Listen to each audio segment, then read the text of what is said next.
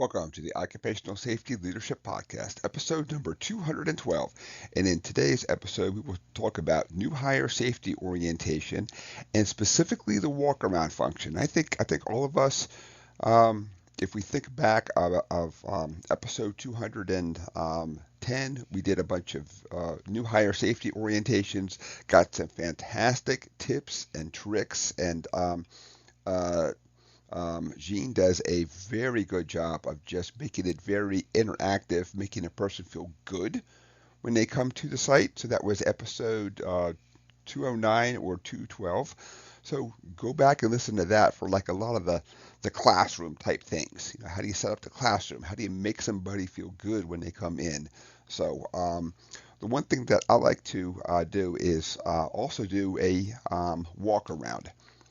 Um, Even I, a safety guy, when I sit in a couple of these orientations, my eyes will start to glaze over.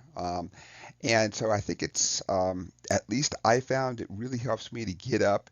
And there's certain things that you really do cover in a classroom, and other things you say, let's just get up and we're going to walk through the plant and we're going to look at exactly what I was talking about then. So let's just kind of go over a few things. Keep in mind, of course, that obviously you can take this and tailor it as you see fit at your plant. Don't think about this list as like the end all be all and it has to fit into these nice categories. Make sure it works for you and what your situation is out there. Uh, so the first thing is that for the most part, I take the person supervisor also at the same time. There are times when the supervisor is not at the plant. There's just a pressing matter that has to be addressed. So I can't say it's a 100% always every single time, but for the most time the supervisor's there. So they hear the same thing, and a lot of times it's the supervisor who does a great job walking through, pointing out these things, really helping the person understand those kinds of things. And so, a couple of the things that we'll go through: building evacuations, and of course, you have your head count areas, shelter in place areas. Like, what do you specifically do um, in these situations? Then, so we talk about the SDS.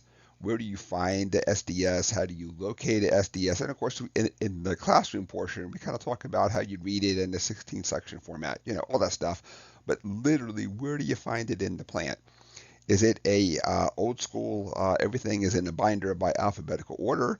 Or do you have a electronic system? How does the person log in? How do they figure out this stuff? So whatever your system is, and then we also sit down and talk about HouseComm, about the labeling aspect. Then, so a lot of places will get their chemicals in bulk, and by bulk is a gallon or so. That's not always handy for the work site. So then, of course, you take your gallon and put it into a smaller pint size. Everything has to have a label, all that good stuff. Then, so we walk through the lockout tagout on a lot of the pieces of equipment. And even if they're not a person who's going to do this, what they should know is that if the machine doesn't have power, don't just walk to the breaker and say, "Oh, I'll just start flipping stuff." There's a reason why it doesn't have power. Find somebody, make sure that you understand the reason why. So uh, we also talk about things like light curtains and machine guarding. So we have these in place for employee protection. We don't have them in place to slow down production. So if you got to take one off and you're doing maintenance and like our tag out and all that, put one right back on again. PPE locations, and then we talk about if there's let's just call it some kind of a upset condition. There's a reason why that you have to press the EMO, emergency machine off, or the EGO, emergency gas off, on a piece of equipment.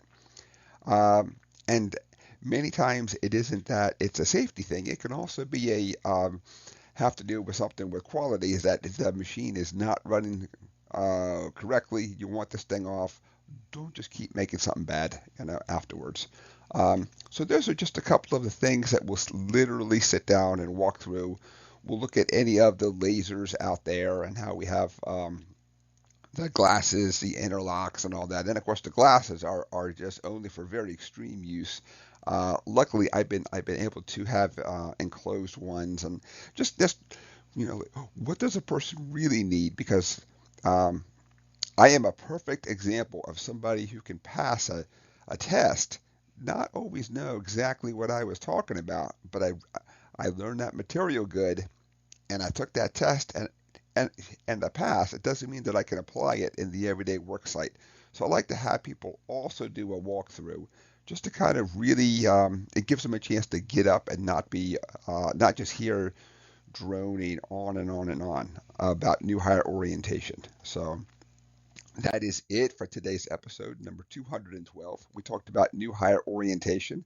I'd like everybody, if you haven't heard episode number 210, Gene Nadana does a great job of sitting down, talking about the classroom portion and going through really making the person feel good about being there, because let's face it, this is the very first thing they see and they hear most of the time when they show up. There are places that safety is not talked first.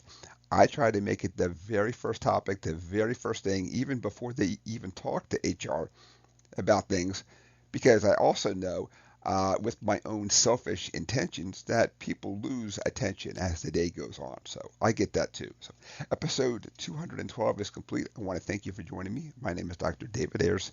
Thank you and have a safe day.